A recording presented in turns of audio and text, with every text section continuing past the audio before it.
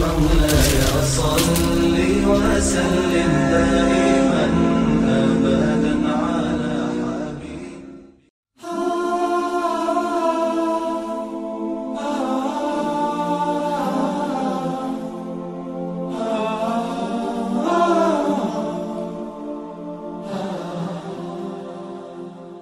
Bismillahirrahmanirrahim.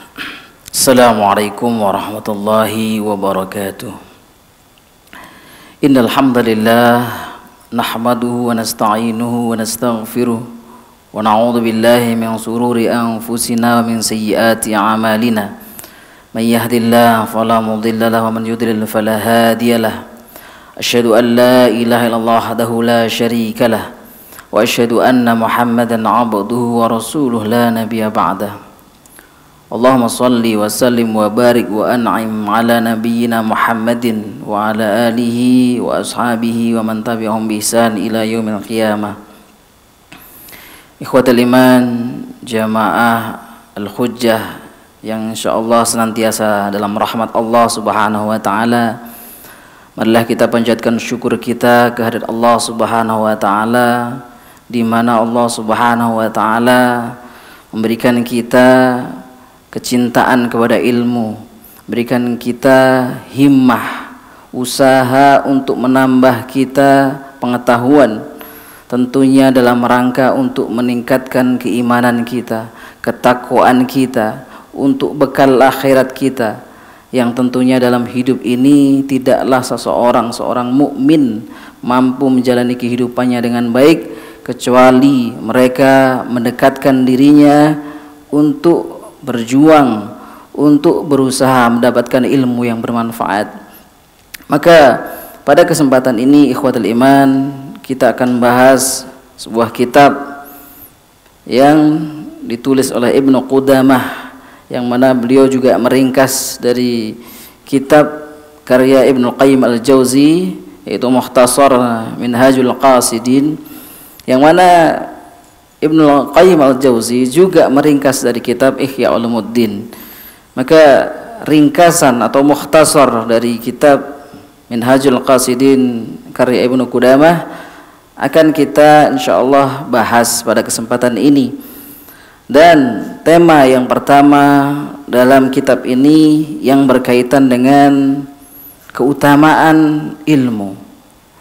Ikhwatul iman rahimakumullah, kalaulah kita berbicara tentang ilmu, Islam tidak terlepas atau tidak mungkin bisa lepas dari ilmu itu sendiri. Bahkan di ayat yang pertama kali turun adalah, kita sering membaca itu Iqra bismi rabbikal ladzi khalaq, bahwasanya Iqra, membaca. Bagaimana seseorang mampu mendapatkan ilmu dengan mencintai untuk membaca, mencintai untuk mutalaah, untuk mengkaji kitab-kitab, mengkaji Al-Quran.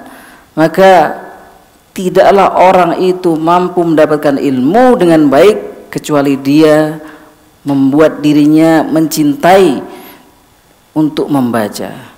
Maka ikhwatul iman rahimakumullah, dalam Al-Quran disampaikan bahwasanya kul hal yastawiyal ladina ya'lamuna wal ladina la ya'lamun. Allah Subhanahu wa taala bertanya, dan itu pertanyaan ini tidak butuh jawaban. Apakah sama antara orang yang tidak mempunyai ilmu, tidak memiliki ilmu, dan orang yang memiliki ilmu?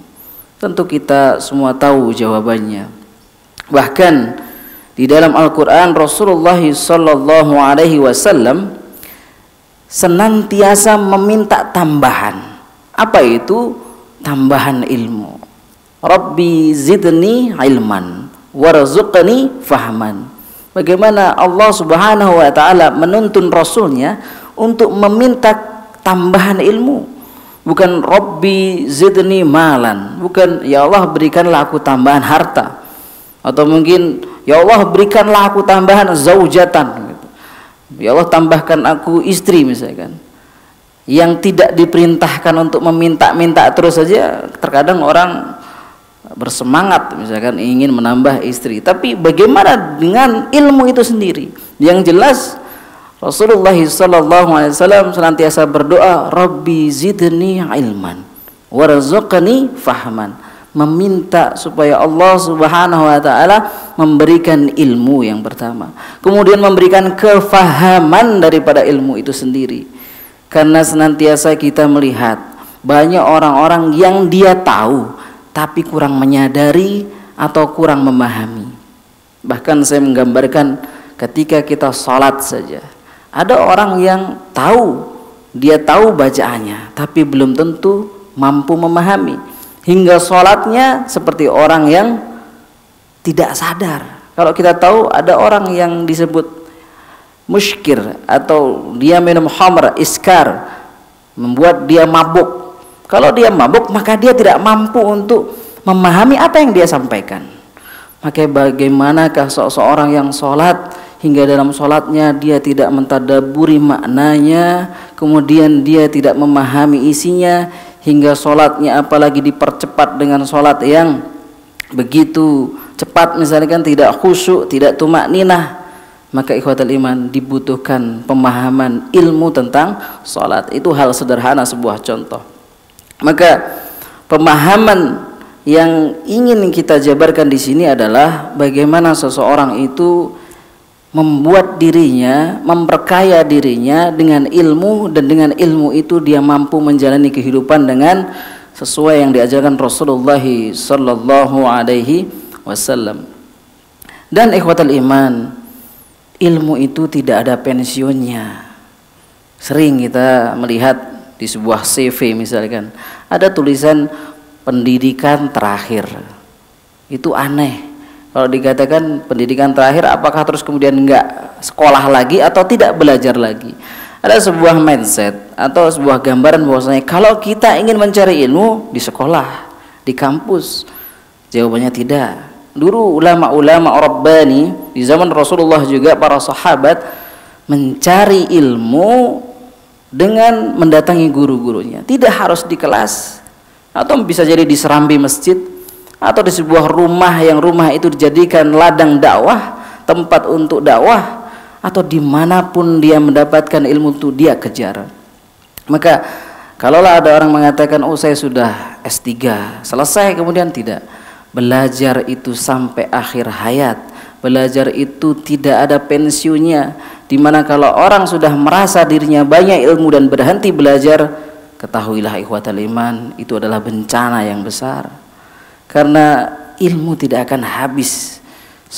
Seseorang yang merasa pandai, yang merasa alim, maka justru dia akan merasa tambah bodoh, tambah banyak yang dia tidak tahu. Maka bila mana ada orang yang merasa dirinya justru merasa pintar atau merasa penuh dengan ilmu, sungguhnya dia sudah terperangkap dalam talbisul iblis atau perangkap syaitan yang membuat dirinya merasa puas. Dan ikhwatul iman, ilmu juga, mengejar ilmu, mencari ilmu tidak ada liburnya. Di sebuah pesantren saya pernah mendengar bahwa saya dikatakan, wahai anak-anakku, di pondok ini tidak ada liburnya. Maka santri bertanya, bagaimana Ustadz, kok tidak ada libur? Bagaimana dengan hari Jumat? Atau bagaimana dengan hari Ahad? Atau bagaimana ketika kita liburan Idul Fitri misalkan? Maka ustadznya menjawab, nah ketahuilah bahwasanya konsep yang kita pakai di pesantren ini adalah Rabbi zidni ilman. Ya Allah, tambahkan aku ilmu setiap hari, setiap saat, dimanapun juga. Entah kita dalam keadaan libur sekolah misalkan, tidak libur kita, hanya tabadul, artinya berganti. Ar-rahah fi tabadulil a'mal. Disampaikan bahwasanya kata-kata bijak, istirahat itu sebetulnya adalah perpindahan dari aktivitas lain. Bisa jadi mungkin kita ke puncak, kita berlibur, tapi berliburnya itu adalah berlibur untuk Rabbi zidni ilman. Ya Allah, aku melihat kekuasaan, keindahan Allah di puncak. Atau di situ dia mampu bertilawah, memahami makna-makna ayat. Maka ikhwatul iman, beruntunglah orang yang merasa bahwasanya tidaklah ilmu itu berhenti atau libur, tapi bahkan aktivitas harian kita itu adalah memohon kepada Allah Subhanahu wa taala, ditambahkan ilmu. Bahkan Ibunda Aisyah pernah berpesan bahwasanya jangan sampai satu hari kita tidak bertambah ilmu, tidak bertambah kualitas ibadah kita, karena bila mana ini terjadi maka hari itu sia-sia. Apakah kita akan menjadi orang yang menganggurkan atau mensia-siakan hari itu tanpa mencari ilmu? Nauzubillah min dzalik. Kesempatan banyak. Hanya saja terkadang kita melihat ada orang-orang yang merasa sibuk. Ketika ada waktu kajian dibuat siang, dikatakan aduh siang kan waktu istirahat. Dibuat sore kalau pekerjaan di kantor-kantor nanggung mau pulang. Dibuat ketika weekend kondangan. Ada saja alasan yang mana itulah ketika kita merasa bahwasanya dijauhkan oleh Allah Subhanahu wa taala dari ilmu, ingatlah ihwatal iman, itu adalah sebuah bencana. Karena Rasulullah sallallahu alaihi wasallam menyampaikan bahwasanya dalam hadis yang diriwayatkan oleh Bukhari dan Muslim, "Man yuridillahu khairan yufaqihu fid din." Bila mana Allah itu menghendaki kepada seorang hamba itu kebaikan, maka hamba itu akan diberikan kemudahan dalam memahami ilmu, dalam berinteraksi dengan ilmu. Maka kalaulah kita menjadi orang yang jauh dari ilmu, atau ketika ada kesempatan seakan-akan sulit sekali untuk datang ke majelis taklim, banyaklah beristighfar. Apakah mungkin dosa-dosa yang kita buat hingga menghalangi kita untuk mendekatkan diri kita kepada majelis ilmu? Ikhwatul iman rahimakumullah. Hadis yang sering kita dengar tentunya banyak sekali tentang keutamaan mencari ilmu. Salah satunya adalah man salaka tariqan yaltamisu fihi ilman sahhalallahu lahu bihi tariqan fil jannah. Bahwasanya Rasulullah menyampaikan man salaka tariqan yaltamisu fihi ilman. Kalau ada orang yang meniti suatu jalan untuk mencari ilmu, sahhalallahu lahu bihi tariqan ilal jannah, maka ada tashhil, Allah mudahkan. Ulama membaca hadis ini dan mengatakan bahwasanya ini adalah ciri-ciri seorang hamba ahli surga. Jadi adapun orang-orang yang senang ke majelis taklim, senang untuk menambah keilmuan agamanya, untuk mendekatkan diri kepada Allah Subhanahu wa taala, maka itu adalah ciri-ciri hamba yang Allah perkenankan dimudahkan jalannya menuju surga. Maka kalau kita ingin melihat bagaimana taman-taman surga dikelilingi oleh hamba-hamba yang menyenangi ilmu, itu adalah gambaran semoga saja kita termasuk itu adalah yang Allah ridhai, dimudahkan jalan menuju surga. Dan juga sampaikan di hadis yang lain bahwasanya kana fi sabilillah, bahwasanya orang yang mencari ilmu kana fi sabilillah, dia seperti dalam jihad. Mungkin gambaran kita tentang jihad adalah mengangkat senjata, memerangi orang kafir yang memerangi Islam. Tidak. Bahkan mencari ilmu ini sendiri adalah sebuah gambaran di mana Allah menganugerahkan pahala yang luar biasa kepada hamba itu kana fisabilillah.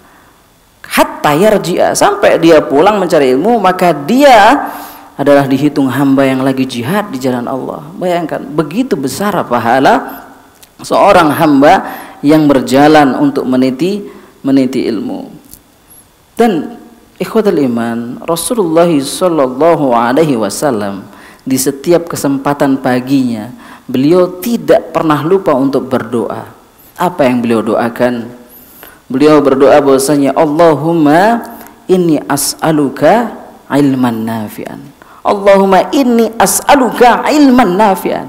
Rasulullah memohon kepada Allah untuk diberikan ilmu yang bermanfaat. Ikhwatul iman, bayangkan Rasulullah sendiri, orang yang kita kenal manusia yang paling mulia, manusia yang sumbernya ilmu, masdarul ilm, di mana para sahabat mengambil ilmu itu dari Rasulullah. Tapi Rasulullah senantiasa masih berdoa untuk apa? Rabbi zidna ilman, kemudian Allahumma inni as'aluka ilman nafi'an, ilmu yang bermanfaat. Maka apa saja ilmu yang bermanfaat? Tentunya adalah ilmu yang mampu kita amalkan, ikhwatal iman. Maka nanti akan kita bahas tentang ciri-ciri ilmu yang bermanfaat atau tanda-tanda ilmu yang bermanfaat. Seorang ulama pernah menuliskan tentang apa saja itu ciri-ciri ilmu yang bermanfaat. Beliau menyampaikan bahwasanya wal ilmun nafi' huwa, ilmu yang bermanfaat adalah yang pertama ma yazidu fi khaufika minallahi ta'ala. Ciri-ciri pertama, ilmu yang bermanfaat adalah di mana ilmu itu menambah khasyah kita, takut kita kepada Allah Subhanahu wa taala. Jangan sampai ilmu yang kita miliki justru membuat kita berani kepada Allah Subhanahu wa taala. Bagaimana ciri-ciri orang berani itu? Ada orang-orang yang istihza biddin, dia justru mencela agama dengan ilmu itu atau bermain-main dari agamanya dari ilmu itu. Ada orang-orang yang belajar ilmu agama justru untuk merusak agamanya. Nauzubillah min dzalik. Kita temukan misalkan tentang ayat-ayat yang sudah jelas, misalkan tentang poligami yang itu adalah syariat Islam, tetapi ada orang-orang justru membantah itu dan mereka menganggap atau mengaku sebagai muslim. Dan banyak sekali contoh-contoh yang kita lihat sekarang ini, orang yang bergelar profesor mungkin, orang yang bergelar tokoh masyarakat mungkin, tetapi ikhwatal iman, mereka tidak takut kepada Allah dengan menjual ayat-ayat Allah Subhanahu wa taala. Maka ciri yang pertama adalah bagaimana ilmu itu yazid, menambahkan apa? Rasa takut kita kepada Allah Subhanahu wa taala. Gambaran bagaimana hamba itu menjadi takut dan mendekat.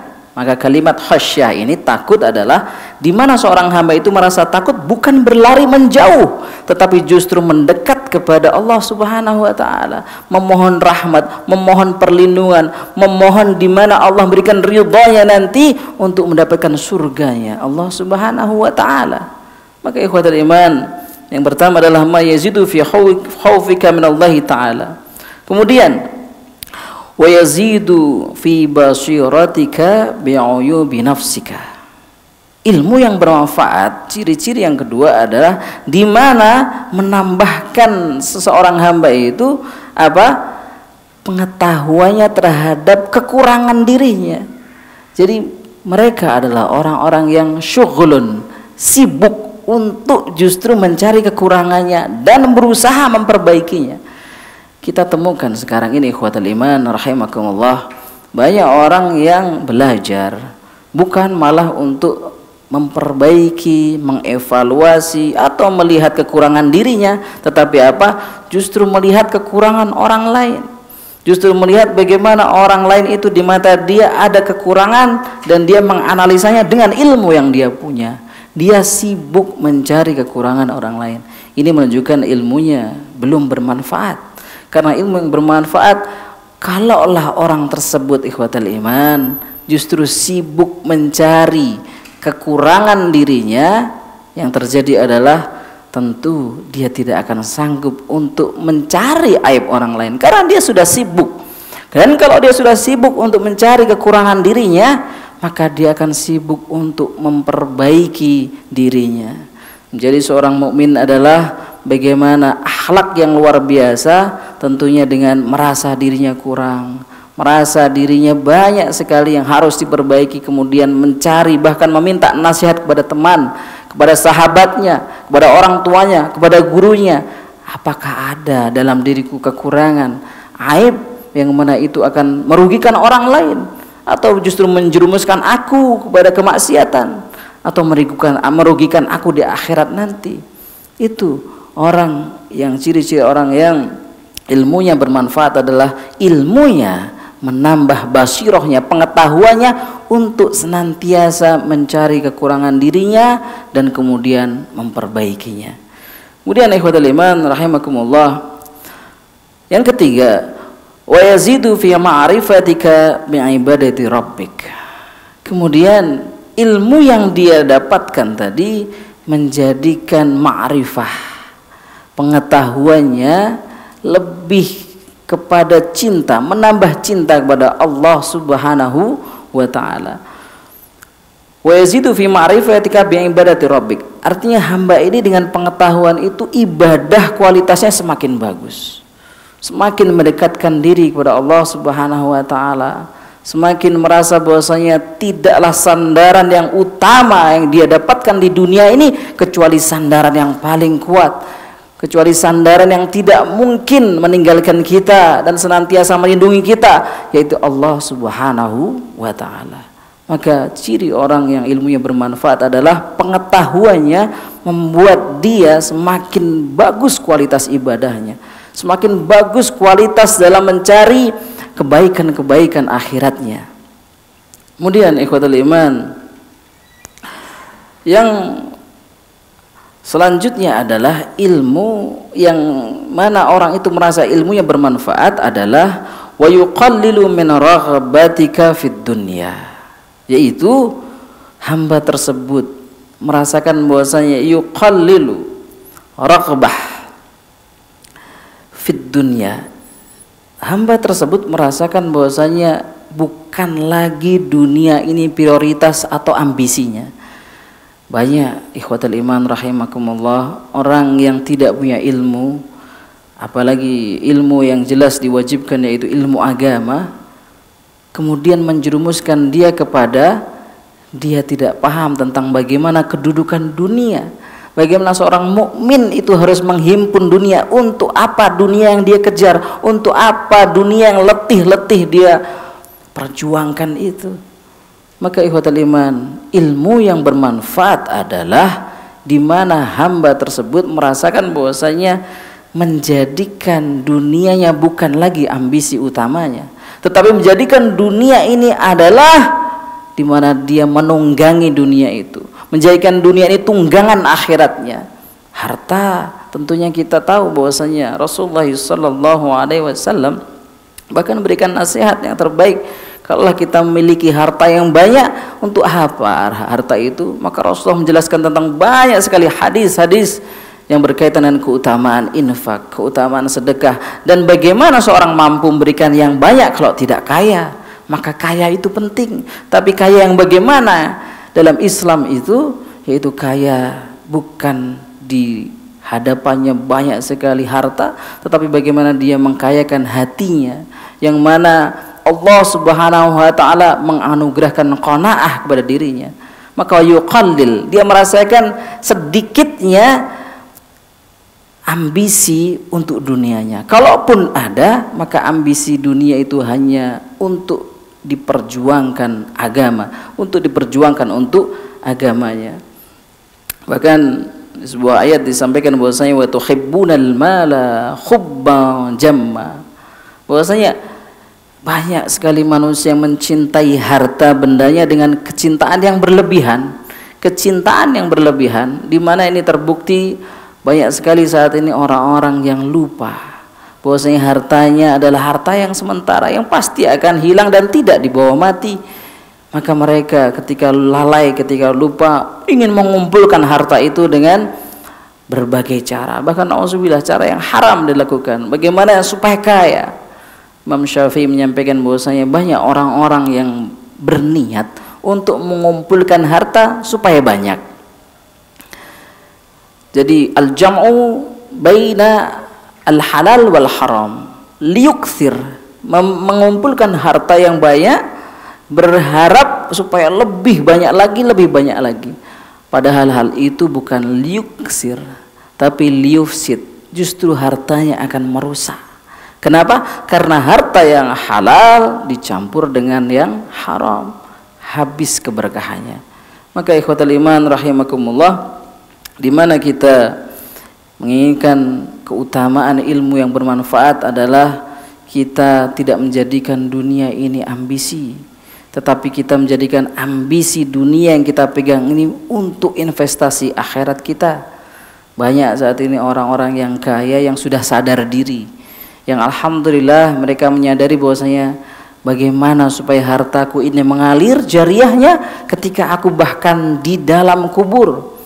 Maka mereka berlomba-lomba menyumbangkan hartanya ke masjid-masjid untuk pembangunan, ke sekolah-sekolah, ke anak yatim, bangunan untuk rumah anak yatim, yang mana mereka berharap ketika istifadah memanfaatkan harta itu, nantinya dia meninggal, berhenti, terputus nyawanya, tapi tidak terputus amal jariahnya. Itulah orang-orang yang sadar. Tapi nauzubillah, janganlah sampai kita seperti orang-orang yang saat ini kita melihat adalah orang-orang yang lalai, begitu lalai dengan hartanya. Mereka punya segalanya, mungkin mobil sudah tidak cukup lagi garasinya, tetapi yang dia perjuangkan bukan lagi akhirat, tapi berletih-letih seperti orang yang berjalan di atas treadmill. Tentu tidak akan sampai karena dia hanya berjalan di tempat. Itulah gambaran orang-orang yang mencari dunia, mencintai dunia berlebihan, bahkan lalai tentang akhiratnya. Dan ilmu yang bermanfaat membuat ini hilang semua. Kecintaan utama terhadap harta hilang, yang adalah bagaimana kecintaan kepada Allah Subhanahu wa taala yang dimilikinya disyukuri. Dan bagaimana cara bersyukur itu ikhwatal iman, bukan sekedar di lisan, tapi bersyukur itu adalah memanfaatkan karunia Allah yang diberikan kepada hamba, yang diberikan kepada kita sebaik-baik manfaat kepada agamanya. Itu adalah wujud dari syukur. Memanfaatkan apa yang diberikan Allah Subhanahu wa taala. Kalau kita diberikan ilmu, kita tidak diberikan harta mungkin, tapi Allah memberikan kita kefahaman ilmu, maka bagaimana ilmu itu mampu kita berikan, kita share, kita dakwahkan kepada paling jelas anak, suami atau istri yang di rumah keluarga kita. Dan tentunya kita berharap manfaatnya bisa sebanyak-banyak manfaat.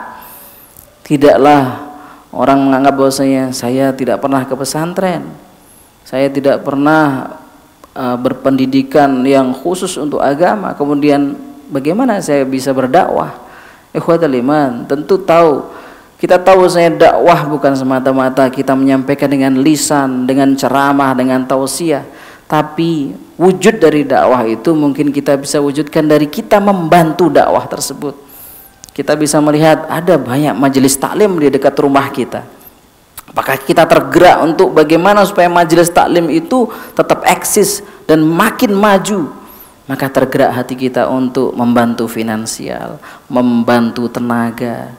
Atau paling sederhana ketika kita mendapatkan satu ayat, kemudian kita sampaikan kepada anak kita, kita berikan manfaat kepada keluarga kita. Ikhwatul iman, itu hal yang sangat sederhana yang mampu, yang semoga saja Allah Subhanahu wa taala memberikan, walaupun itu sederhana ikhwatul iman, tetapi waridwanun minallahi akbar. Allah memberikan karunia ridhonya yang luar biasa besar.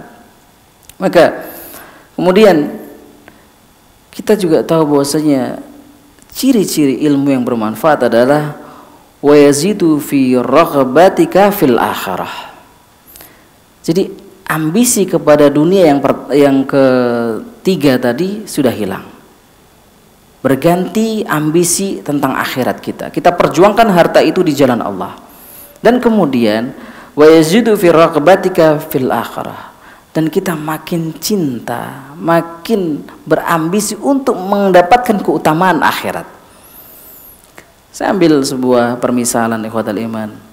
Kalaulah kita mengenal kalimat mudik, tentu setelah bulan Ramadan ada mudik yang kita lakukan muslimin banyak sekali, dan itu terjadi mungkin salah satunya di Indonesia karena saya belum temukan di negara lain. Kalau orang itu berjuang dari 1 bulan pertama hingga 11 bulan untuk mengumpulkan harta, untuk mengumpulkan bekal untuk pulang nanti ke kampung halamannya. Ketika dia mampu mendapatkan bekal yang baik, bekal yang banyak, apa yang kita rasakan ikhwatul iman? Kita pulang ke kampung dengan perasaan bangga, dengan perasaan bahagia, dan pun yang di kampung menyambut kita dengan bahagia pula, melihat kita sehat, melihat kita banyak bekal yang kita mampu bagikan di sana. Itu adalah permisalan sederhana, di mana akhirat yang harusnya kita perjuangkan khairun wa abqa, di mana kita merasa bahwasanya bukankah akhirat itu adalah suatu yang lebih baik dan kekal. Tetapi saat ini kita melihat banyak sekali orang yang terperdaya. Bayangkan, nauzubillah min dzalik, kita pulang nanti ke akhirat dan kita kurang bekal. Masih mending di dunia kalau kita misalkan kurang bekal, kita bisa minjem. Saya mau pulang misalkan ke Jawa, waduh, ongkosnya kurang. Saya pinjam ke teman saya pinjam ke saudara saya masih bisa pulang. Tapi bagaimana nanti kalau kita pulang ke akhirat dan kita kurang bekal atau bahkan tidak punya bekal?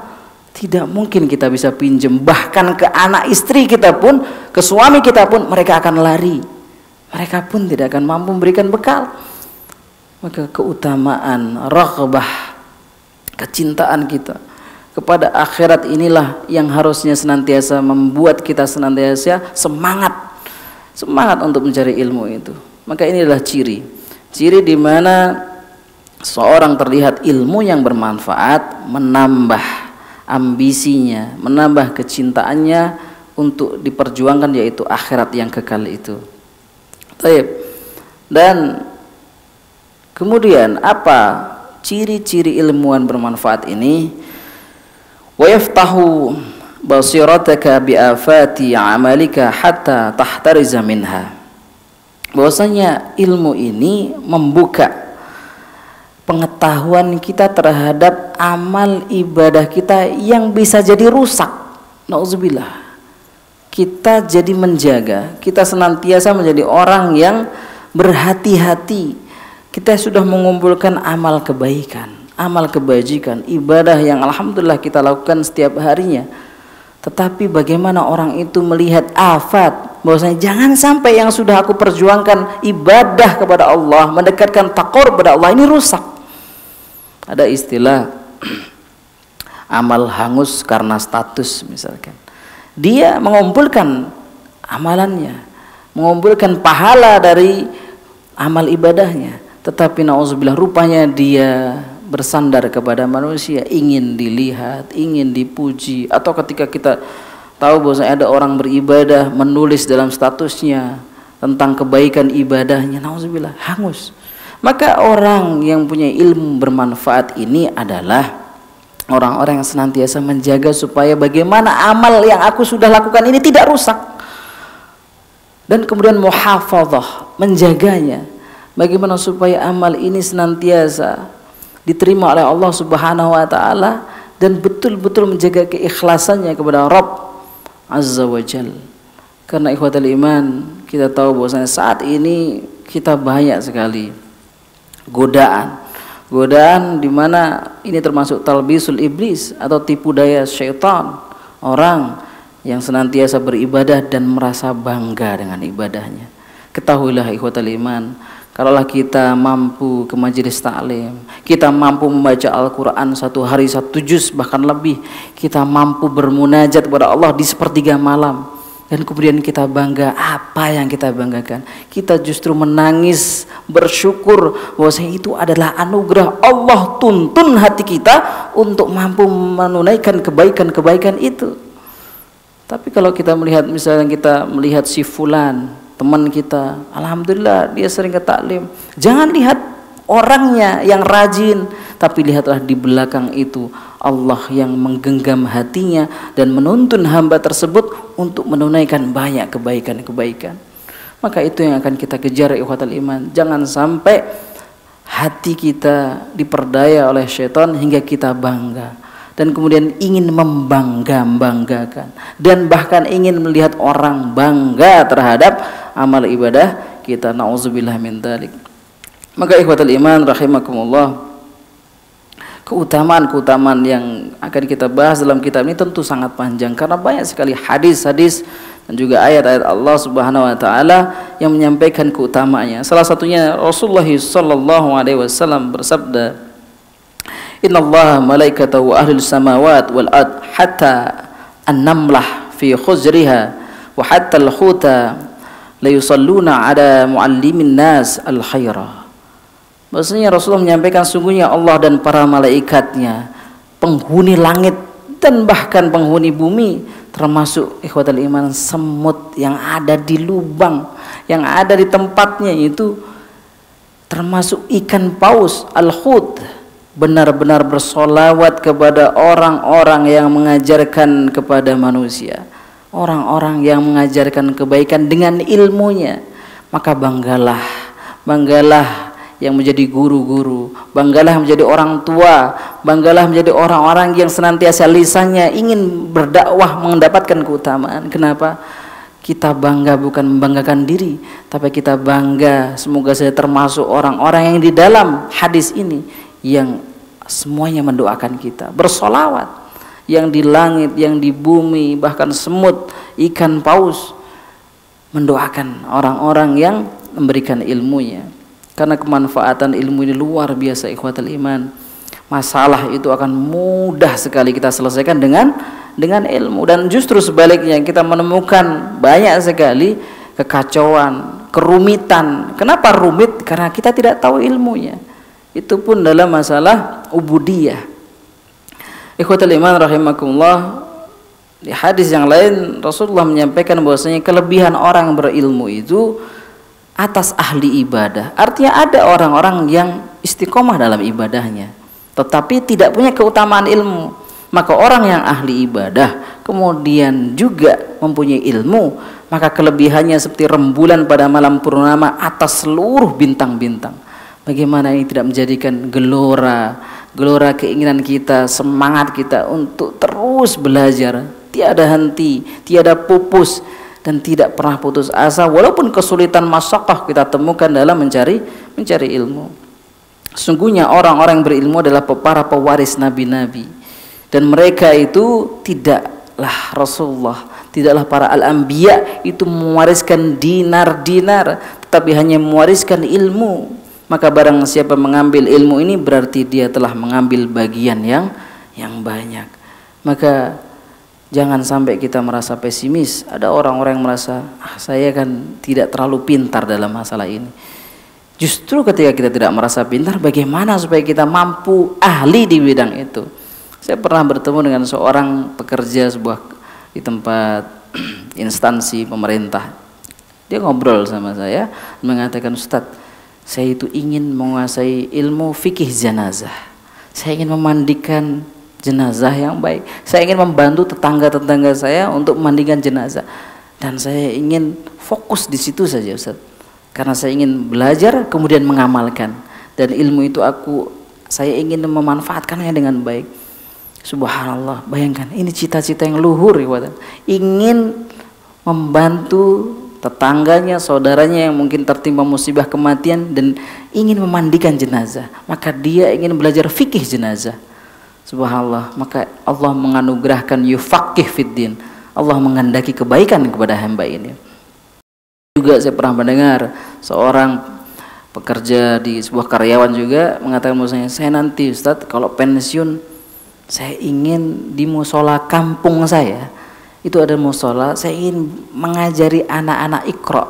Saya ingin mengajari anak-anak baca Al-Quran dari awal. Saya kan bacaannya kurang bagus, tetapi kalau Iqra insya Allah bisalah. Subhanallah, itulah keinginan yang mulia, yang sederhana. Adakah keinginan itu di dalam hati kita? Jangan-jangan kita cuek dengan ilmu, hanya mencari dunia saja, tidak pernah meluangkan untuk ke majelis taklim. Paling tidak kalau kita membuka YouTube, bukankah sekarang mudah sekali kita menemukan ilmu, mendapatkan ilmu? Kalaulah kita kesibukan yang luar biasa, apakah tidak sempat untuk membuka YouTube, misalkan Al-Hujjah, kemudian kita lihat di situ ada para asatid menyampaikan keilmuannya. Mungkin kalau kita sibuk 10 menit kita dengarkan, setengah jam kita dengarkan, syukur-syukur sampai selesai, dan hal tersebut kita amalkan. Maka ikhwatul iman rahimakumullah, orang-orang yang mencintai ilmu akan mendapatkan banyak sekali kebaikan-kebaikan. Rasulullah menyampaikan dari Safwan bin Asal bahwasanya innal malaikata la tadau ajnihataha li talabil ilmi rudan bima yatlub. Bahwasanya sungguhnya para malaikat meletakkan sayap-sayapnya. Di mana itu? Di majlis mereka mencari ilmu.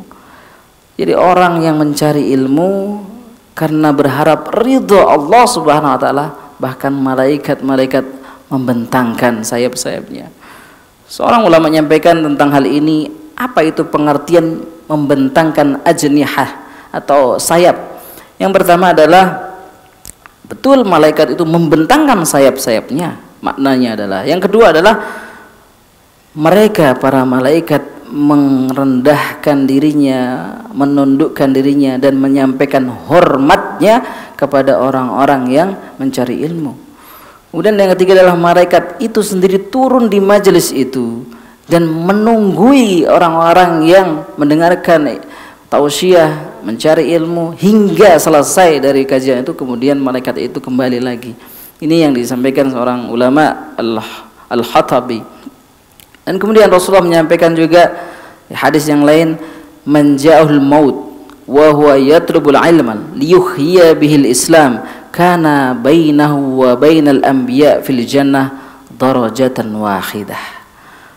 Diriwayatkan dalam At-Tabrani dan Ad-Darimi juga sampaikan di hadis ini, barang siapa didatangi kematian, kalau kita lagi pergi ke tempat sebuah majelis, kita duduk di situ, Allah cukupkan umur kita, Allah ambil nyawa kita, selesai sudah ajal kita, dan kita ikhlas mencari ilmu, berazam mencari ilmu di tempat itu, maka dengan ilmu itu, karena dia berniat untuk menghidupkan Islam dengan ilmunya, apa yang dijanjikan bahwasanya maka antara dirinya dan para nabi hanya 1 derajat di surga. Subhanallah. Maka masya Allah tabarakallah, kita mendapatkan derajat yang sangat, hanya 1 derajat saja, jaraknya sangat dekat sekali dengan para anbiya. Siapa itu? Yaitu orang yang di dalam majelis ilmu berazam, berniat untuk menghidupkan Islam dengan ilmunya, dan Allah cukupkan ajalnya. Maka sebagian ulama menyampaikan, aduhai, mengapa orang yang tidak sempat mencari ilmu, mungkin bahasa kita kebangetan, sangat disayangkan kalau ada orang yang tidak mau menyempatkan dirinya untuk mencari ilmu. Dan dalam kitab As-Sahihain dari Sahal bin Sa'ad, Rasulullah SAW pernah berpesan kepada Ali bin Abi Thalib. Beliau menyampaikan, la an yahdiyallahu bika rajulan wahidan khairun laka min an yakuna laka khumrun na'am. Bahasanya ini nasihat yang luar biasa kepada Ali bin Abi Thalib, yang mana nasihat juga kepada kita semua ikhwatul iman. Apa itu nasihatnya? Kalau seandainya Allah Subhanahu wa ta'ala memberikan kebaikan dari orang lain melewati dirimu, orang lain mendapatkan hidayah kebaikan dari orang itu, kita mungkin menunjukinya, kita mungkin menasihatinya, maka Allah Subhanahu wa ta'ala akan memberikan pahala yang luar biasa. Digambarkan di sini khumrin na'am, yaitu khimar atau unta yang kualitasnya paling bagus. Artinya dulu digambarkan ini adalah harta yang luar biasa mewah untuk mungkin sekarang. Artinya pahala yang besar sekali. Di hadis yang lain dikatakan khairun laka minad dunya wa ma fiha. Bahkan isi dunianya ini yang kita bangga-banggakan ini, itu tidaklah bisa mengalahkan kebaikan bagi orang yang mengajak orang lain kepada jalan Allah Subhanahu wa ta'ala. Ibnu Abbas menyampaikan bahwasanya sungguhnya orang yang mengajarkan kebaikan kepada orang lain, maka setiap hewan yang melata akan memohonkan ampun. Ibnu Abbas menyampaikan bahwasanya kalaulah kita mengajak kebaikan, berjuang dalam dakwah, maka ikhwatul iman jangan pernah letih, jangan pernah bosan untuk mengajak kebaikan. Dakwah bisa kita lakukan di mana saja. Bahkan mungkin kalau kita tidak sempat untuk bertemu, kita bisa sharing ilmu dalam saat ini teknologi canggih, WA mungkin kita share dan itu menggugah. Atau misalnya kita bertemu dengan teman, kita berikan nasihat yang itu dari lubuk hati yang terdalam. Ibnu Abbas menyampaikan seperti ini, bahwasanya orang yang mengajarkan kebaikan kepada orang lain, maka bahkan hewan melata pun memohonkan ampun kepada hamba tersebut. Dan kalau kita melihat saat ini adalah di mana anak-anak kita mungkin disibukkan dengan hal-hal yang tidak atau jauh dari kecintaan kepada ilmu. Saya pernah mendapatkan sebuah informasi bahwasanya kalau di Malaysia itu ada sebuah kampus yang mana kalau lah mahasiswanya itu masuk ke dalam kampus itu, atau di Madinah, teman-teman saya juga banyak yang kuliah di sana, kalau sudah masuk di sebuah perpustakaan itu bisa berjam-jam, berjam-jam untuk mutalaah ilmu. berjam-jam untuk membaca buku. Terkadang kita menyempatkan untuk baca buku saja tidak sempat. Oke lah, misalkan ada orang-orang yang memang tidak suka membaca, tapi suka mendengarkan. Saya kurang senang membaca, tapi saya senang mendengarkan. Akhirnya bagaimana dia mengumpulkan tausiah-tausiah dari YouTube, atau misalkan dia datang sendiri ke majelis taklim untuk mendengarkan, itu baik saja. Tapi ada orang-orang yang tidak, bahkan dua-duanya, membaca tidak, mendengarkan tidak, tergugah hatinya untuk senang dengan ilmu juga tidak. Ilmu ini yang menghidupkan hati, ikhwatan. Kenapa di dalam ayat Al-Quran dikatakan innama yakhsyallaha min ibadihi al-ulama. Ulama itu jamak dari kata alim, orang yang berilmu. Yaitu orang alim kalau sudah mendapatkan keutamaan ilmu, maka akan bertambah khasyah, ketakutan, dan tentunya kecintaan, makin cinta terhadap ilmu. Kalau seandainya satu hari, saya hari ini tidak belajar sama sekali satu hadis, saya bahkan tidak mendengar satu ayat dari Al-Quran dengan terjemahannya atau tafsirnya, ya Allah, merugi sekali saya. Itu yang sering kita lihat saat ini, sibuk anak-anak kita dengan apa? Gadgetnya. Bukan karena di gadgetnya ada ilmu hadis, karena gadget ini pun bisa bermanfaat ganda, di mana dia bisa mendapatkan kebaikan atau nauzubillah justru kerusakan. Ada yang memanfaatkan gadgetnya ini justru dengan kebaikan-kebaikan, mengumpulkan kata-kata hikmah, hadis-hadis. Ada juga yang justru hanya berjam-jam mampu di depan gadget untuk apa? Bukan belajar, tapi untuk main game misalkan, atau menonton. Saat ini ada drakor, drama Korea berjam-jam, sia-sia, habis umurnya untuk hal-hal tersebut. Bukankah Imam Syafi'i menyampaikan bahwasanya al-umr umrani, umur itu ada dua. Yang pertama adalah umur yang ada di KTP kita. Kita lahir tahun berapa, dan kemudian kita saat ini umur berapa. Dan yang kedua adalah umur keilmuan kita.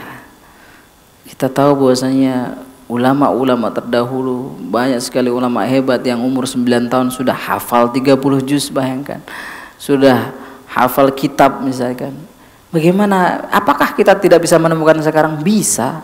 Ada anak kecil yang sudah, kemarin saya bertemu dengan teman, anaknya sudah mampu menghafal sekarang jalan 9 juz, umurnya 7 tahun, 10 juz umurnya 7 tahun. Dari umur 2 tahun itu sudah belajar membaca Al-Quran, umur 2 tahun. Dan tentunya orang tuanya juga, bagaimana kita mau menanamkan kecintaan anak terhadap ilmu, tetapi orang tuanya sendiri tidak cinta dengan ilmu. Maka lihatlah, ada kalau anak yang mampu menghafalkan Al-Quran banyak, pasti orang tuanya juga orang tua yang saleh salehah, bermunajat, berdoa kepada Allah, memohonkan kepada Allah atas kecintaan anaknya terhadap ilmu. Bahkan dulu dikatakan ada seorang ulama yang dipesani ibunya, nak, ini aku kasih kamu uang, pergilah mencari ilmu 10 hadis saja. Kalau aku melihat ada perbaikan dari akhlakmu dari hadis yang kamu pelajari, teruskan belajar. Tapi kalau aku melihat kamu mendapatkan 10 hadis dan tidak bertambah akhlakmu, lebih baik nggak usah belajar. Artinya menunjukkan bahwasanya jangan sampai ilmu itu tidak merubah akhlak kita. Jangan sampai ilmu itu tidak menambah kebaikan adab kita. Itulah kenapa disampaikan bahwasanya al-adab atau al-adab qabla al-ilm. Kita belajar adab dulu, kemudian ilmu. Sopan santun, hormat kepada orang tua, hormat kepada guru. Kemudian kita menghayati bahwasanya ilmu yang berkah, ilmu yang barakah itu, ilmu yang bermanfaat itu, di mana kita juga memuliakan orang-orang yang berikan kita ilmu. Ada saat ini kita temukan banyak sekali anak-anak yang dulunya ibunya yang mengajari dia bicara, ibunya yang melatih dia mampu bicara dengan baik, tapi ketika dewasa justru anak ini membantah ibunya dengan bahasa yang dulu ibunya ajarkan. Nauzubillah min dzalik. Bahkan ada banyak sekali di sekolahan-sekolahan anak yang berani mengangkat suaranya kepada gurunya. Maka beruntunglah anak-anak di sekolahan yang diajarkan adab, diajarkan akhlak untuk memuliakan gurunya. Karena ilmu harus bergandengan dengan apa? Dengan akhlak yang mulia. Ilmu harus dijauhkan dari maksiat. Ada orang-orang merasakan bahwa saya belajar, tapi saya juga maksiat. Dan saya pinter di sekolahan saya nilai saya bagus. Mungkin, tetapi ilmu itu tidak akan mengantarkan kepada kebaikan dunia akhiratnya. Kalaulah dia menjadi seorang pejabat karena keilmuan yang didapatkan akademinya bagus, nauzubillah, sampai dia menjadi pejabat dia korupsi, sampai jadi pejabat dia makan uang haram. Kenapa? Karena ilmunya dibarengi dengan kemaksiatan. Itulah kenapa dulu Imam Syafi'i melaporkan dirinya ketika ada su'a khifdi, ada hafalannya yang susah terhadap gurunya Imam Waqi, dan menyampaikan bahwasanya Imam, bahwasanya aku merasakan hafalanku susah. Maka guru yang mengatakan fa arsyadani, maka menunjuki aku bahwasanya untuk menjauhi maksiat. Karena apa? Al-ilmu nurun wa nurullahi la yuhda lil asi. Bukankah ilmu itu cahaya dari Allah? Dan bagaimana mungkin cahaya dari Allah itu mampu diberikan kepada seorang hamba jika dia itu adalah ahli maksiat? Maka kebaikan dari ilmu itu adalah terhadap ilmu kita punya azam, rajin, semangat, tetapi juga punya azam untuk senantiasa mendekatkan diri kepada Allah Subhanahu wa ta'ala. Dari Abu Musa, Rasulullah SAW menyampaikan sebuah hadis yang panjang, sungguhnya perumpamaan petunjuk ilmu itu yang aku diutus Allah dengannya, itu beliau mengibaratkan seperti hujan. Ada kalanya tanah yang bagus, artinya tanah itu mampu menyerap ilmu itu, kemudian menumbuhkan tanaman-tanaman. Ada juga tanah yang gundul, tapi bisa menahan air, dan orang-orang mampu mengambil air itu. Kalau kita lihat ada misalkan genangan air yang di tempat yang besar, maka orang mampu mengambil air, hewan mampu mengambil air minum dari situ. Tetapi ada juga tempat, yaitu lembah, yang bahkan jangankan meresap, jangankan menampung, hanya mampir sejenak dan terbuang.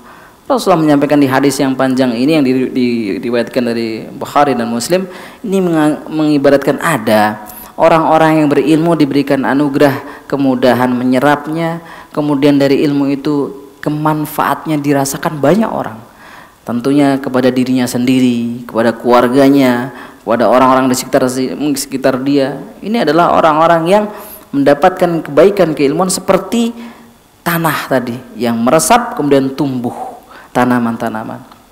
Ada juga mungkin orang yang kalaupun dia tidak mampu dengan ilmu itu kemanfaatannya, yaitu meresap, memahaminya, tapi orang tersebut bersemangat untuk membantu orang lain mendapatkan ilmu.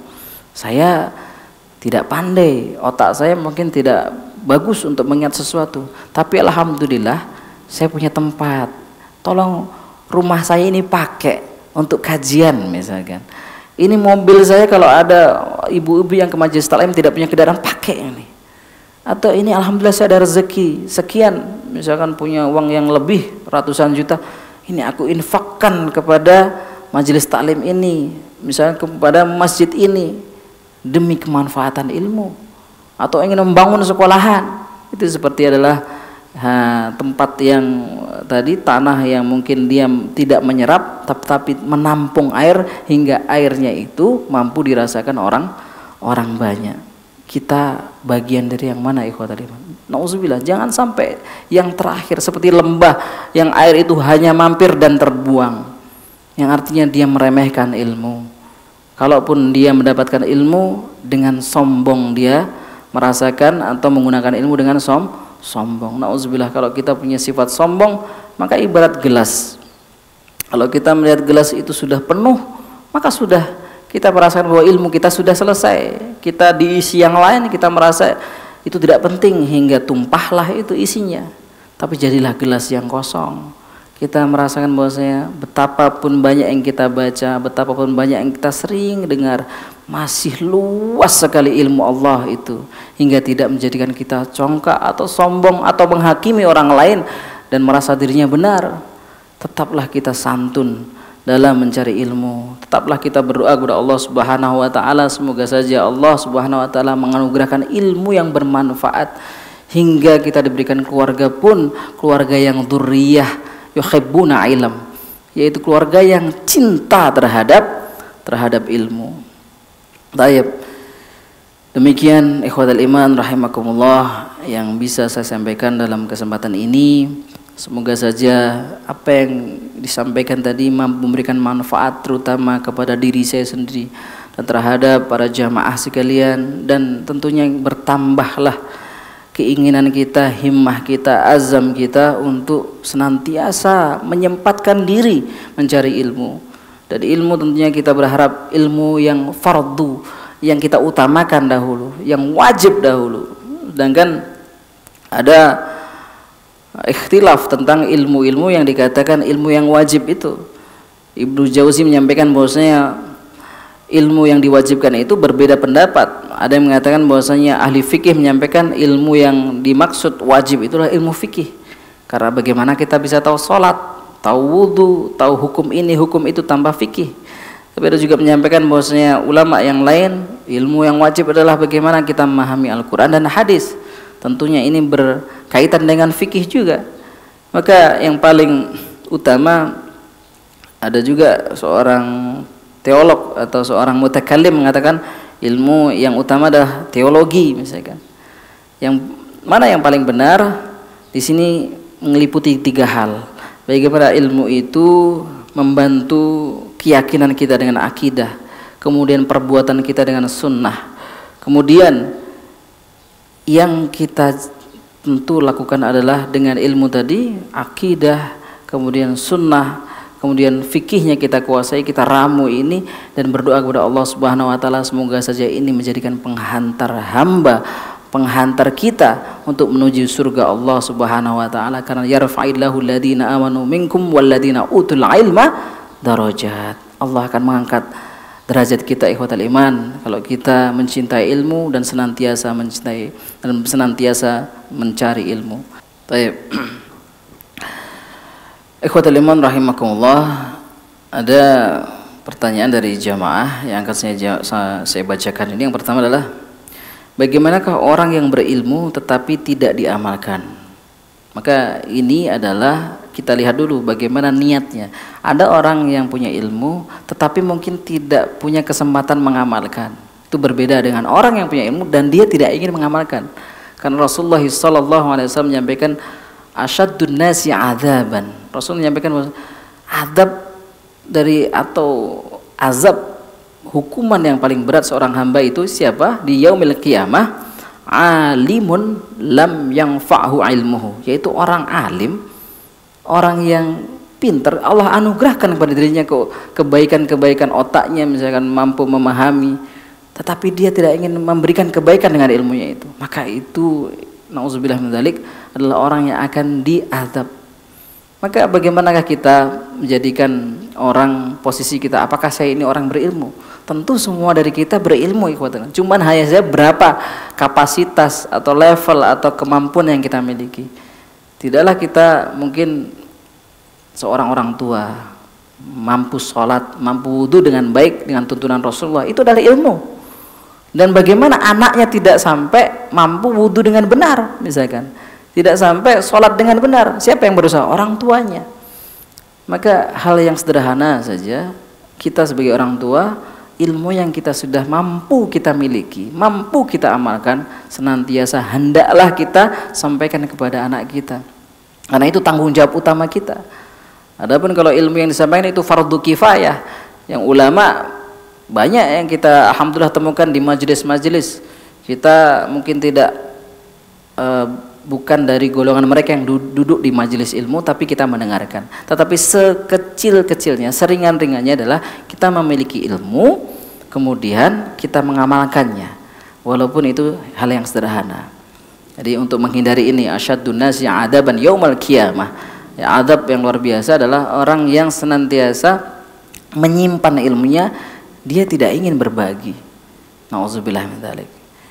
Dan kemudian pertanyaan yang kedua, tuntutlah ilmu sampai ke negeri ke negeri Cina. Ini sering kita dengar hadis ini. Utlubil ilma walau bisin. Ikhwatal iman, banyak para ulama menyampaikan bahwa ini bukan hadis. Ataupun ada ulama menyampaikan bahwa ini hadis tetapi sangat lemah. Tapi ikhwatal iman, bagaimana menyikapi hadis ini? Kalaulah ini bukan hadis, secara matan atau isinya itu benar, isinya itu tidak salah, bahwasanya tuntutlah ilmu sampai ke tempat yang jauh. Jadi kalau di dalam penjelasan hadis ini tentang iklimun ba'id, iklimun ba'id itu tempatnya yang jauh. Jadi misalkan kalau di sebuah kampung, di tempat kita tinggal, tidak ada orang yang mampu memberikan kita ilmu karena tidak ada orang alim di situ. Maka kalau seandainya ada tempat yang jauhnya seperti negeri Cina, kita datangi tempat itu. Maka untuk menyikapi hadis ini adalah kita tidak menyandarkan kepada Rasulullah SAW. Anggaplah misalkan hadis ini hadis bukan hadis. Aku mendengar kalimat bijak. Apa kalimat bijak itu? Tuntutlah ilmu walaupun di negeri Cina. Kenapa harus Cina? Karena waktu itu antara Arab dan Cina jauh. Tidak mungkin juga tuntutlah ilmu ke negeri Arab, dekat sekali berarti. Artinya kita ambil matannya atau maknanya. Maknanya benar. Semangat kita untuk mencari ilmu di tempat yang jauh. Atau kalau misalnya kita perlu untuk safar ba'id, perjalanan panjang untuk mencari satu hadis seperti yang dicontohkan para tabi'in, para ulama dulu, kita berangkat. Tidak kemudian, wah saya mau yang dekat-dekat saja, itu semangatnya kurang. Maka dari esensi hadis ini benar, tapi jangan disandarkan pada Rasulullah SAW. Kalau nanti kita menyampaikan inilah hadis dari Rasulullah, maka kita termasuk orang yang kadzab. Man kadzdzaba alayya muta'ammidan falyatabawa maq'adahu minan nar. Bukankah itu ancaman dari Rasulullah? Kalau kita sudah bohong dan mengatasnamakan Rasulullah, Nabi kita, maka kita akan ditaruh dalam api neraka. Maka na'udzubillah, untuk menyikapi hadis ini tetap kita ambil maknanya saja. Anggaplah ini kalimat bijak, kalimat yang baik, bahwasanya kalau misalkan ada tempat yang jauh pun kita akan berangkat dengan tentunya tekad yang kuat, ikhlas untuk mencari ridha Allah dengan mencari ilmu. Baik. Sebelum Nabi Muhammad, ini pertanyaan selanjutnya, sebelum Nabi Muhammad SAW, keadaan bangsa Arab disebut sebagai bangsa jahiliyah. Apa arti bangsa jahiliyah? Tentu dari makna lughah saja, makna jahil itu adalah kebodohan, ketidaktahuan. Yang mana di situ gambaran ikhwatal iman, di mana ketika itu masyarakat jahiliyah yuhibbunal harb, senangnya perang, emosi saja. Karena apa? Kalau misalkan saat ini ada kebiasaan ngopi, dulu bukan ngopi kebiasaannya, minum khamr. Dan kalau misalkan lahir anak perempuan antara dua, ini anak aku kubur hidup-hidup atau aku biarkan hidup tapi aku menanggung malu. Bukankah itu kebodohan? Dan bukankah kebodohan yang lebih dahsyat, yang paling utama adalah ketika menyembah sesuatu yang dibuat sendiri, yaitu patung-patung berhala itu. Jahiliyah luar biasa. Makanya Rasulullah ditakdirkan oleh Allah Subhanahu wa taala untuk berdakwah di tempat yang begitu keras akhlak, sifatnya, karakternya. Begitu luar biasa keras mereka terhadap apa yang disampaikan Rasulullah, memerangi apa yang disampaikan Rasulullah. Maka itu dinamakan jahiliyah. Artinya kebodohan, ketidaktahuan yang membuat mereka menjadi orang yang tidak beradab, sama sekali tidak punya adab. Bagaimana memperlakukan wanita ketika itu, nauzubillah, dan banyak sekali suka perang dan sebagainya. Apakah benar ilmu filsafat merusak akidah Islam? Kenapa? Ikhwatul iman, kalau kita bicara masalah filsafat ini banyak. Jadi kalau ada yang menyampaikan misalnya secara keseluruhan bahwa ilmu filsafat ini sesat, tidak juga, tidak mutlak, bukan mutlak hukumnya sesat, tidak. Karena ilmu filsafat itu macam-macam. Ilmu yang kita tahu biologi itu filsafat. Matematika itu turunan dari ilmu filsafat. Jadi ilmu filsafat yang mana yang kita anggap sesat? Yaitu ilmu filsafat yang berkaitan dengan ilahiyah. Itu pun yang diambil dari pemikiran orang-orang Yunani, orang-orang yang backgroundnya tentunya bukan Muslim. Yang mana kalau kita membahas keilmuan ini adalah justru akan menggoyangkan atau merusak akidah akidah kita. Itu ilmu filsafat yang berkenaan, karena ada filsafat insaniyah, yaitu tentang muamalah bainan nas, atau tentang pelajaran kemanusiaan. Artinya di situ ada berbagai macam ilmu filsafat. Filsafat Islam pun juga ada. Maka filsafat mana yang merusak? Yaitu filsafat yang diambil daripada ilmuwan-ilmuwan barat, yang tentunya akan menggoyahkan akidah kalau kita tidak kuat terhadap itu. Karena sekarang alhamdulillah sudah ada seperti Ustadz Adian Husaini, beliau adalah pakar di mana membahas tentang banyak ilmu-ilmu yang berkaitan dengan itu. Atau Ustadz Samsudin Arif, Dr. Samsudin Arif, ahli filsafat Islam yang mengcounter pemikiran-pemikiran sesat, filsafat sesat orang-orang barat. Baik, kemudian bagaimana dengan orang-orang pedalaman yang tidak tersentuh dakwah? Mereka tidak tahu ilmunya, apakah mereka berdosa karena tidak mengetahui? Baik, ini rukhsah kalau memang, tapi itu di zaman Rasulullah dulu ada tempat-tempat yang dikatakan tidak tersentuh dakwah atau belum turun ke Nabi di situ. Hanya saja saat ini apakah memang ada tempat-tempat tersebut?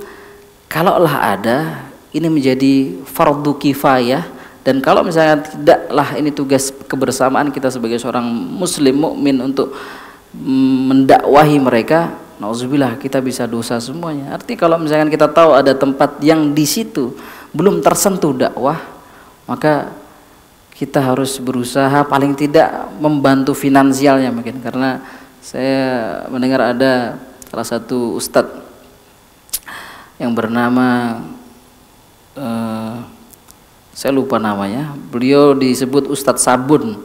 Jadi beliau sampai ke pedalaman, dan di sana kita lihat itulah jahiliyah, karena tidak mengenal agama, tidak mengenal Rabbnya, yang disembah adalah pohon-pohon, yang disembah adalah alam mungkin di situ.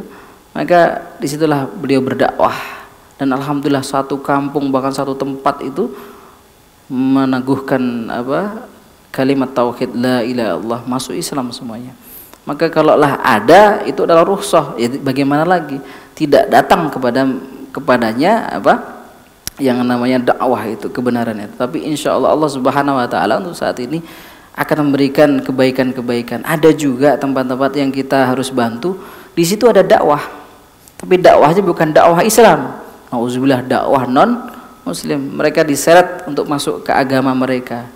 Kita punya PR besar yang kita harus tanggung bersama. Apa itu? Dakwah itu sendiri. Karena apa? Banyak di antara mereka non Muslim itu membiayai besar-besaran, bayangkan, dengan jumlah donasi yang luar biasa untuk para pemuka agamanya. Diberikan kesejahteraan luar biasa. Kemudian diberikan kemanfaatan dari finansial kepada orang yang didakwahi supaya masuk agama mereka. Apakah kita tidak sedih dengan ini? Mereka dapat dakwah tapi bukan dakwah Islam. Maka kalau ada tempat-tempat mu'alaf center atau tempat-tempat yang berkaitan dengan perjuangan untuk dakwah orang-orang yang di pedalaman yang dimurtadkan oleh golongan tertentu, maka sebaiknya kita termasuk orang-orang yang punya andil di situ. Kalaulah kita tidak bisa dengan tenaga, pikiran, minimal dengan harta dan tentunya doa. Baik, demikian, semoga ada manfaatnya. Mari kita tutup dengan kafaratul majlis. Subhanakallah bihamdik, asyhadu an la ilaha illa anta, astaghfiruka wa atubu ilaik.